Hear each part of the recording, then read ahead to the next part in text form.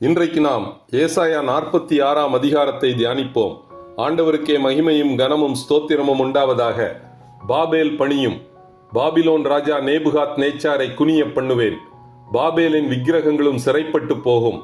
யாக்கோபின் சந்ததியாரே, இஸ்ரவேல் சந்ததியில் மீதியாகிய சகல ஜனங்களே, எனக்கு செவி கொடுங்கள். எனக்கு நிகராக பொன்னினாலும் வெள்ளியினாலும் நீங்கள் உண்டு பண்ணும் அசையாத விக்கிரகங்கள் உங்களை ரட்சிப்பதில்லை. நான் உங்களை தாங்குவேன், சுமப்பேன், தப்புவிப்பேன். உங்கள் முதிர் வயது வரைக்கும் அப்படியே செய்வேன். முந்தி பூர்வ காலத்தில் நடந்தவைகளை நினையுங்கள். நானே தேவன், எனக்கு சமானமாக வேறொருவரும் இல்லை. இன்னும் நடைபெறாதவைகளை அறிவிக்கிறேன்.